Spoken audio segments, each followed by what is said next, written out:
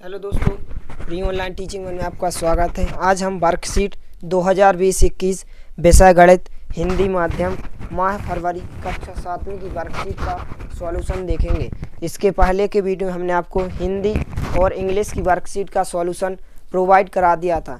यदि आपने इसके पहले के वीडियो को नहीं देखा है तो डिस्क्रिप्शन में दी गई लिंक पर जाकर आप देख सकते हैं। इससे पहले यदि आपने हमारे चैनल को सब्सक्राइब नहीं किया है तो प्लीज़ सब्सक्राइब कीजिए, साथ में बेल आइकन को भी प्रेस कीजिए ताकि कोई भी वीडियो की नोटिफिकेशन आप तक सबसे पहले पहुंचे। तो चलिए वीडियो को स्टार्ट करते हैं।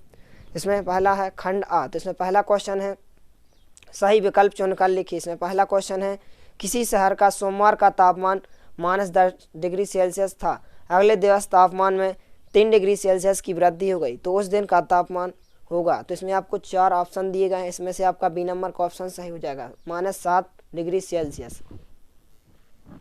इसके बाद देखते हैं दूसरा क्वेश्चन। रामू के पिता की वर्तमान आयु रामू की आयु की 3 गुने से 8 अधिक है। यदि रामू की वर्तमान आयु x वर्ष है तो इस कथन का व्यंजक रूप होगा। तो यहाँ पर भी आपको 4 ऑप्शन दिए गए हैं।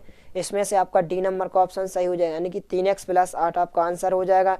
इसके बाद देखते हैं तीसरा क्वेश्चन। निम्नलिखित में से कौन सा समकोण त्रिभुज की भुजाओं को दर्शाता है। तो यहाँ पर भी आपको 4 ऑप्शन दिए गए हैं।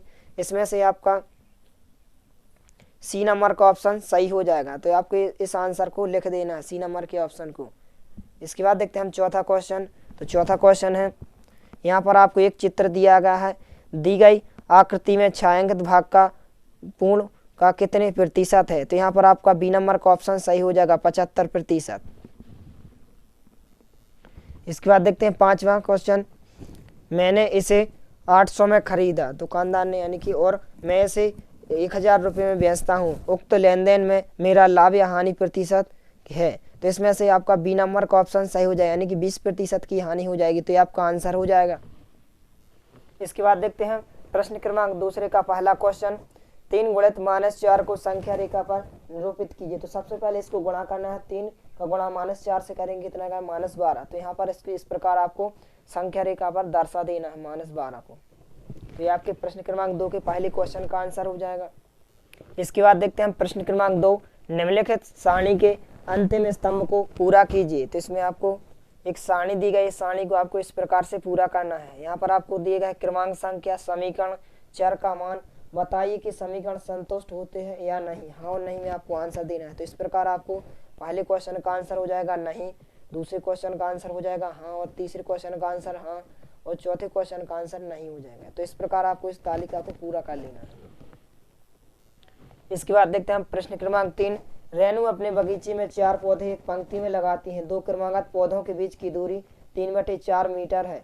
प्रथम एवं अंतिम पौधों के बीच की दूरी ज्ञात कीजिए। तो यहाँ पर आपको 4 पौधों के एक पंक्तियाँ दी गई है, पंक्ति में 4 पौधे लगे हुए हैं। तो 2 क्रमागत पौधों के बीच की दूरी 3/4 मीटर है। तो 2 पौधों के बीच 3/4 और 2 पौधों के बीच 3/4। तो क्या करेंगे हम, 3 इनको टोटल करेंगे, AB + BC + CD। इस प्रकार से AD बराबर A से D तक की दूरी कितनी हो जाएगी, 3/4 + 3/4 + 3/4। फिर इन सबको टोटल कर देंगे। इस प्रकार आपकी कितनी हो जाएगी, 9/4। यानी कि इसको हम मिश्र भिन्न के रूप में भी लिख सकते हैं। 2 सही 1/4 मीटर पौधों के बीच की दूरी हो जाएगी। तो ये आपके प्रश्न क्रमांक 3 का हल हो जाएगा।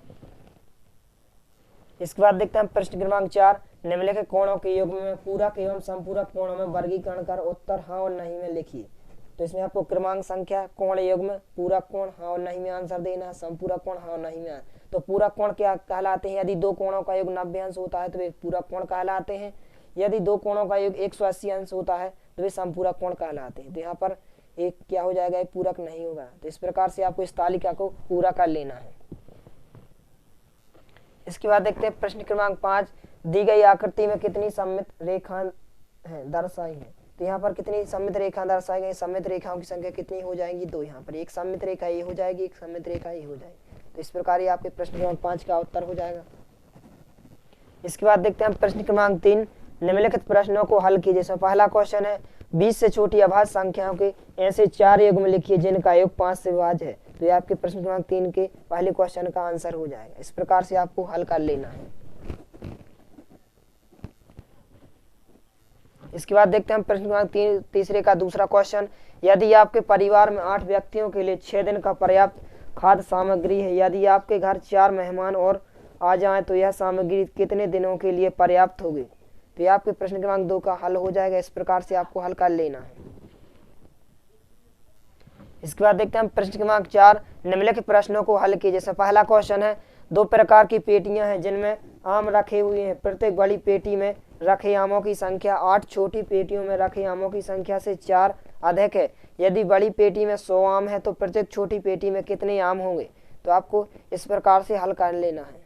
तो अतः प्रत्येक छोटी पेटी में आम की संख्या कितनी होगी, 12 होगी। तो इस प्रकार से आपको हल कर लेना है।